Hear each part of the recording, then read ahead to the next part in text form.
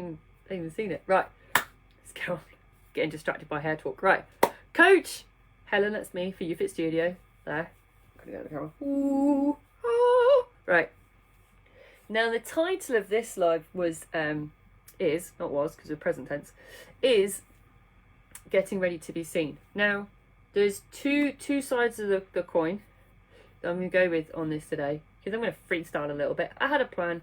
I like to change my plans, as you know, because I planned these a million months ago, and I'm going to go off piece a little bit with this as I go through it. Apologies, stay with me on this. Now what I have, I will say it, I'm going to blow my own trumpet.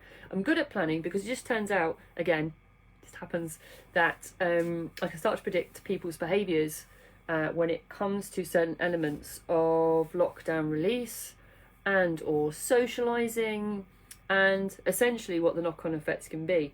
Now, a lot of it is based on previous experience of last year, and also looking at kind of February, March time, how people were responding when I was talking to how my clients were responding when I talked to them about now, and how they would feel about right now, and what that would mean.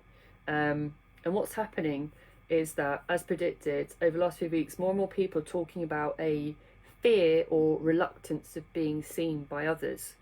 Now, what do I mean by that? What I mean is there is some fear building around comparisons of how someone or an individual might have dealt with lockdown in terms of their health and or size. Now, like most fears, and I talk about fears a lot, it is always the worst case scenario that people imagine. Now, if for any reason it's been more challenging to maintain weight during lockdown and someone's put weight on, let's just say, there's an unnecessary fear that things like clothes don't fit anymore or feel really tight, or even a fear of even trying on clothes to go out with will kind of paralyze somebody, so don't even try something on just in case. Or there's that image of someone might say something, or like that thought process, someone's going to say something like, oh, you know, as if that doesn't really ever happen, does it? But the fear is like there's a worst case, I'm going to feel terrible, I'm going to look terrible, I'm feeling less confident. And what that leads to is a comparison to other people. Now, I appreciate, because I can see who's on Instagram and Facebook, that you guys are doing well on your journeys, because you've already been with them for some time, or smashed it out of the park, right? You. Now, whilst that's fantastic, it's good to bear in mind that when you guys meet people, this might be how they're feeling. So that's what I said, from both sides of the coin. Because as much as you guys might be feeling confident and like buying new clothes and going bam, you've got to think about and also appreciate the people who might be meeting maybe feeling on the other side of it. So actually the complete opposite, so lacking confidence and comparing to other people. Now, you guys might get the questions, what have you done? You might have already had, I'm sorry, I told you this, get in the way. Can't get out of the way. Let's get some hair gel. You guys might get the questions. Oh, what have you done over lockdown? How did you manage that? And what's happening is that comparison. So if you're on, let's just go back a step, because I'm trying to do it on both sides. So if I am the person that hasn't done so well, what am I going to do? I am potentially, and when I say this, you'll either recognise this behaviour in yourself, you've done it previously, or once I've said it, you may recognise it in others. There is a common trend for certain types of people, and a good, healthy, I'd say 50-50 split, to look externally for validation. Someone's already Facebook said she's had the questions. Kate's had the questions. Yeah, absolutely will have the questions. There's a comparison, right? There's a comparison going on because someone's looking for validation, right? Of essentially externally looking, so not within themselves. Like have I actually, if I really look at myself and my behaviours, either to assist my health or have taken away from my health, am I looking with myself and look at that, or am I going to start to compare and validate my own results or how I feel with other people's, such as, oh my god, what have you done, you look great, I didn't get to do anything, I didn't work out, I didn't know how, what have you done with your food, I've done nothing with my food. And that can be really challenging when you roll that into feeling less confident and feeling that sense of, I'm going to use the word failure, well, that's how someone might feel in that situation. So it will be, what have you done, or what have they done, what haven't I done, so what have I not done, what have I failed to do, look at them, they've been so successful, there must be something about me, something I've done wrong, I must have done X, Y, Z, and what is it they've done, why can't I do it, why didn't I do it, all the rest of it is a very much a situation where the overall word I can use for these conversations or situations I'm talking to clients is one word, and it's judgment. So somewhere I'm either judging myself or think others will judge me because I haven't lost weight, or I've stayed the same weight, or I've gained weight. There's some level of judgment. Now you guys also might get some level of judgment coming back on you. Like, have you, and Kate and I talked about this earlier today, have you been eating air? You've been starving yourself. You just have water? And where is that coming from? Because it's from the other side of the coin. So somebody who is that you guys who have been with us and understand how we work, who are, you know, in fantastic shape, may get that on the receiving end. So it's good that you guys are getting the understanding of where these conversations source from and why. That in fact, and I've said this before, and I'll say it again, this level of judgment or perceived judgment is nothing to do with you guys if you're successful at losing weight. It's nothing to do with you at all. It's all about the person speaking to you and their insecurities and their fears of not doing as well as someone else, and their fears of being judged because they might not have been successful. So I just want to make you clear of, if it makes you feel insecure, I go, well, no, I'm okay, I'm not ill. No, I haven't been starving myself. No, I've not joined a cult. Had that several times. I've not joined a cult. No, I'm not doing anything fad. I'm not taking any special pills or drinking lemon juice water 5 times a day. Right, that's all of it. But just remember where this is coming from. Now, going back to that person that's insecure, if this is you, right, and you're listening or watching this later and this is you, like everything with fear, you will stay in a fear state until you act. Now, the action could have multiple responses when I say that, if you're going to act. Okay? Now, what do I mean by acting? It could be as straightforward as actually just ripping off the plaster and going out to see the person you think you're going to be most insecure about, right? And just facing the facts of, firstly, trying on the clothes to go out and socialise with, like, properly, not just jeans. Because, you know, we went from loungewear to jeans. That was a stepping stone, wasn't it? We'll try my jeans on. Oh, okay, I'm good. And then it's like, ooh, we're going out to out meals now.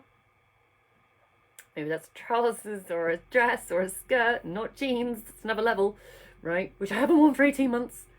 So the first thing is acting may well be just facing the reality of where you are. Because fear-based or imagining the worst case, as I said right at the top, will be like busting out the seams, can't sit down, can barely breathe, right? And, you know, when I do talk to these clients and we face those hurdles, is that a fact that that's the case? No, not to the extreme that someone might have imagined it.